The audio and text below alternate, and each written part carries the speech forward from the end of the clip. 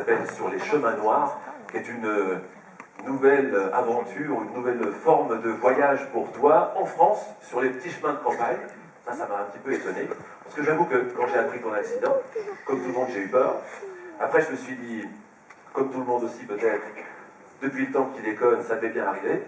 Et après, surtout, je me suis dit, une fois que j'étais rassuré sur ton état de santé, j'ai dit, il va en faire un livre incroyable, parce que sa quête du silence, de l'isolement, son expérience à l'hôpital, ça va faire un bouquin de 500 pages génial. Et finalement, tout ce qui s'est passé, ça tient 4 pages dans ton livre.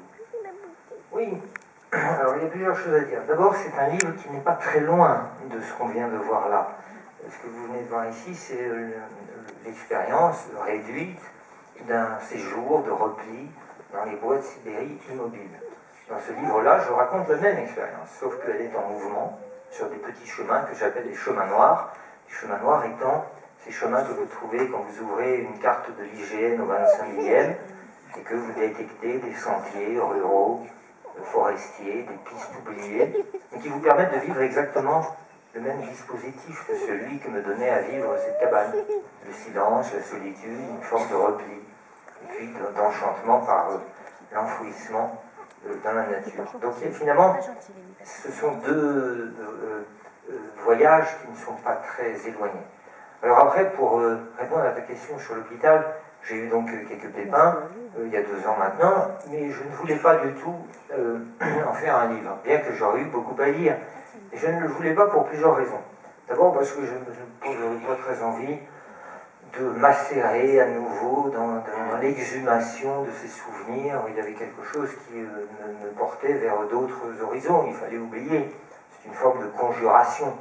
Ça, c'est la première chose. Deuxièmement, moi, je devais mes pépins à mes propres, ce que tu appelais, je sais pas, faire le con.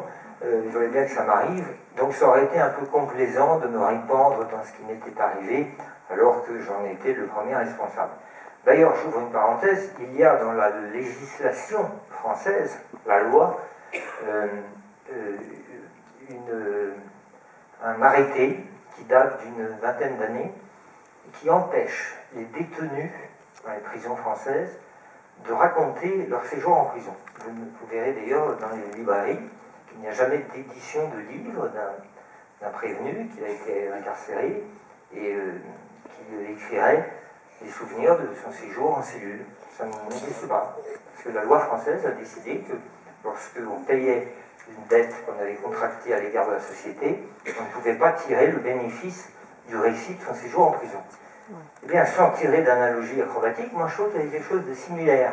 C'est-à-dire que je n'allais pas tirer de mon séjour à l'hôpital, où le système de santé français avait tellement fait pour moi, je n'allais pas en tirer le matériau pour raconter un livre et me mettre comme ça en posture de type qui raconte son expérience. Donc c'est la raison pour laquelle j'ai voulu très vite me détacher de cette histoire et j'ai essayé plutôt de raconter quelque chose sur le pays, sur la ruralité, sur les paysans et sur cette possibilité même en France de s'enfouir et de s'enfuir, pour utiliser les deux termes, sur des petits chemins qui, bien qu'étant français, peuvent parfois vous apporter ce que vous apporte la taïga de Sibérie, c'est-à-dire un sentiment de repli absolu. Et puis enfin, et puis ce sera ma conclusion, je trouvais que c'était un peu idiot de connaître Vladivostok, Oulan-Bator et Katmandou et de ne pas connaître l'Indre-et-Loire. C'est vrai, c'est de très beaux endroits pour l'Indre-et-Loire.